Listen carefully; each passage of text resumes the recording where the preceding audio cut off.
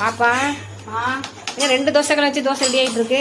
ஆமாம்மா, நான் இந்த ஒரு கல்ல தான் வருது, இது வரவே மாட்டேங்குது. வருமா? அடாடா, இது வந்து இந்த உருளைக்கிழங்கு முட்டையெல்லாம் இருக்கக்கூடாது. அதான் புது தோசைகள் இருக்கு, அதை எடுத்துக்க வேண்டியதானே? இன்னொன்று அப்படியா? எங்க இருக்கு? கீழே இருக்க பஸ் இருக்குல்ல, இந்தா பாரு உனக்கா. அதை இறக்கி போட்டுட்டு புது தோசைகளை வச்சு சுடு. 2 தோசைகளை வச்சு கடன் சுட்டு தெளி பார்ப்போம்.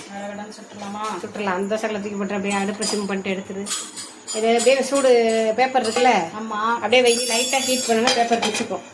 ஓ ஆமாம், அப்படியே பேப்பர் எடுத்துட்டு தொடச்சிட்டு தோசையை ஊற்று. 2 கல்லையும் கடன் ஊற்றுது பாப்பா. தோசை நைட்டு எல்லாருக்கும் தோசை, சாம்பார், மத்தியானம் வச்ச சாம்பார், இப்போ தோசை. எல்லாரும் சாப்பிட வாருங்கள். புதுக்கல்ல பாப்பா ஊற்று பார்க்கலாம்.